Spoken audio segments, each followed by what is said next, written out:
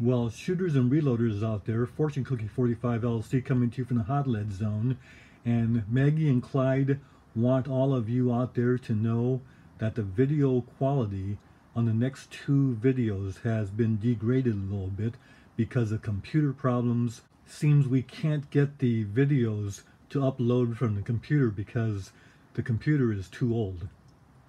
But we're still in action. Well, this video is a continuation chapter of the video book from Thorzax777 and myself on the Versatile and Capable 44 Special. And this chapter is Keith Bullet Hunting Loads.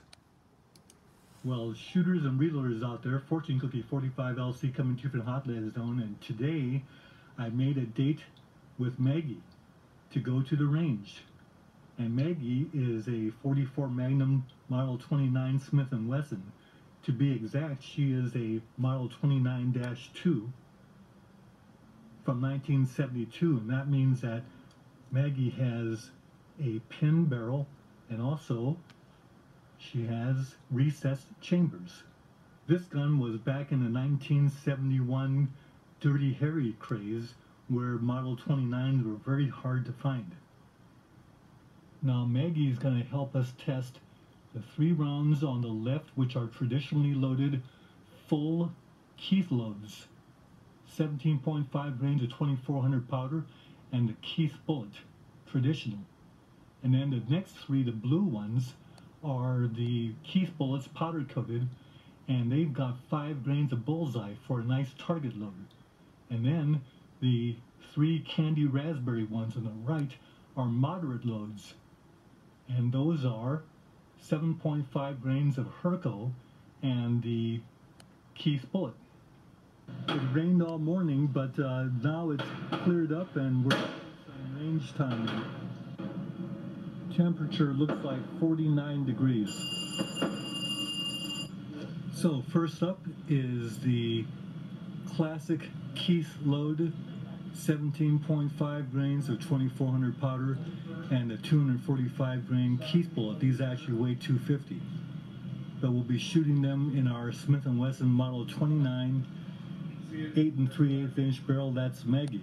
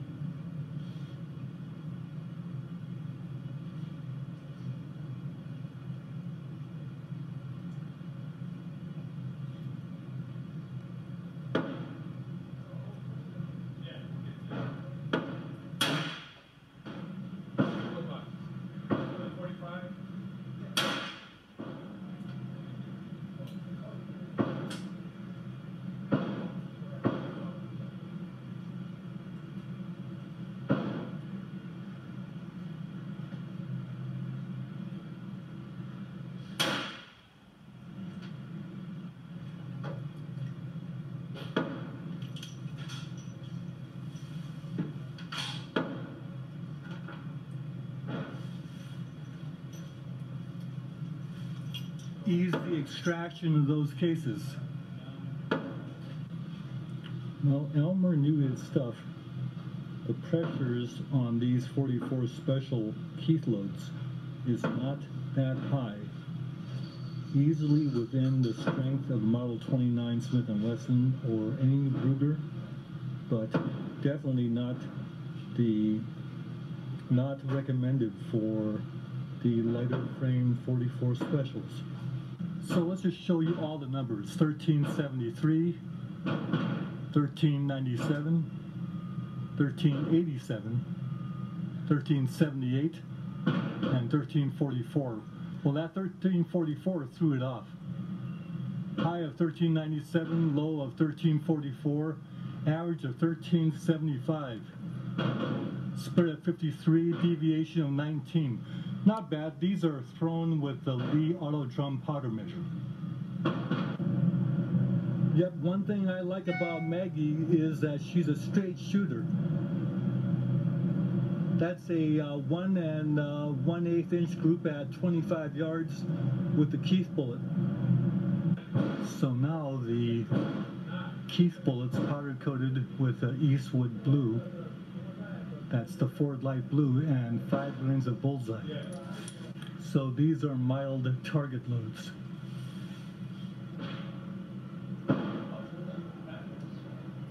Right there.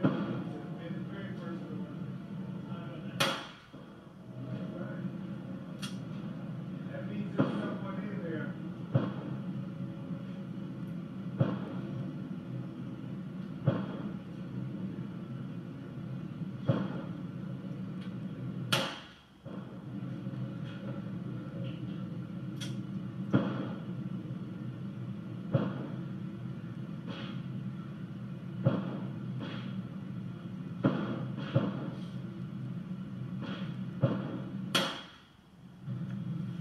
So with that 5 grains of bullseye and that Keith bullet, we got 762, 754, 754 again, 755, and 746.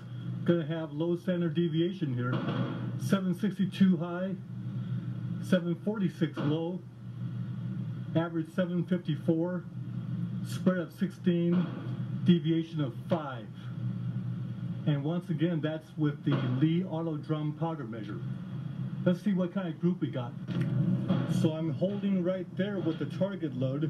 The first round hit here, so it might have been the barrel needed to be conditioned for the powder coated bullets. The next one hit here, and the last 3 hit there. So it's gonna group well. And that standard deviation being as low as it is, that makes a lot of sense. Now let's go with the moderate load with the Keith bullet. This is 7.5 grains of Herco, and that's what we're using the candy raspberry powder coat for. These are moderate loads. The bullseye loads with the Ford light blue powder coat were like little pipsqueaks. They really didn't recoil much at all. These should recoil a bit more. So here we go with the Herco powder.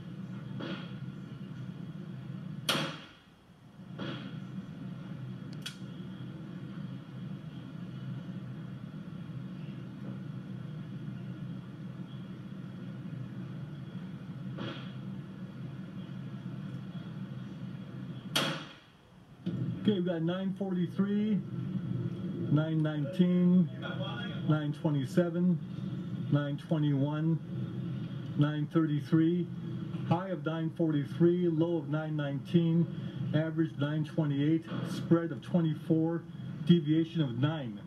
That's a pretty good load too. And these are the bullet holes for that load. It kind of blew the tape out of an old one. That's why I was trying to hold over here.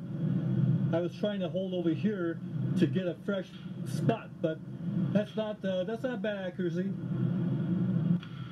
So yes, today I brought out Maggie and Clyde.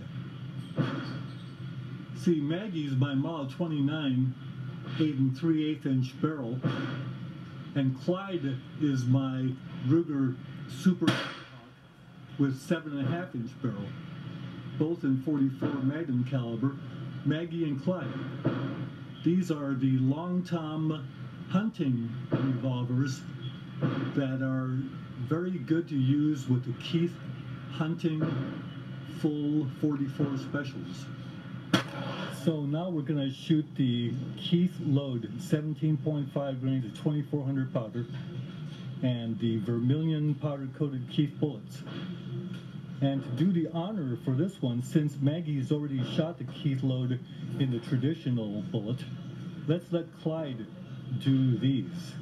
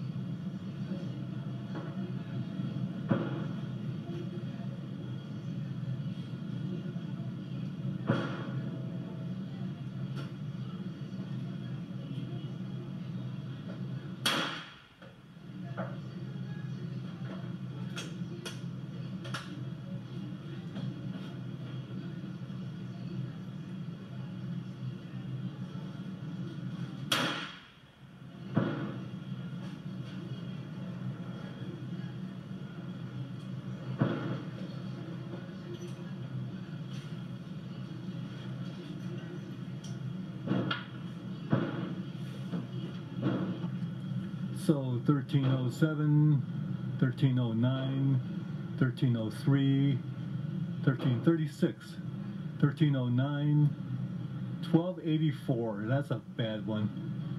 1309 again, we got a lot of 1309s. 1317, high of 1336, low of 1284, average 1309, spread of 52, deviation of 14, so that load isn't as good as we've been seeing. And that's a 1 1/4 inch group by Clyde with that full .44 special Keith load and the powder coated bullet.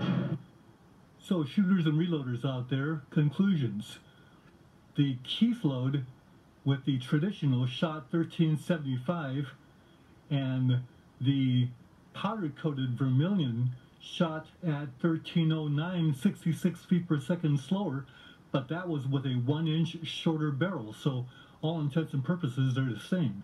And the standard deviation was very close also, and the accuracy was the same. So apparently both of these loads shoot equally well. Now Maggie turned in exceptional performance with the Keith bullets loaded at less than maximum velocity, and that is with target loads. The blue powder-coated bullets shot a standard deviation of 5, and the average velocity was 754 feet per second, and good accuracy, very fitting for a target load. And then the candy raspberry powder-coated bullets, moderate velocity, averaged 928 feet per second with 7.5 grains of Herkel, and the standard deviation was 9. Plus it's shot with very good accuracy. So that's like a plus P 44 special load. All in all, the conclusions are these loads are all good, and they can all be used for hunting, with the full Keith loads for the majority of big game hunting, and the moderate could be used for anything less than big game, and the target loads, the blue ones there, can be used for small game. Bye for now.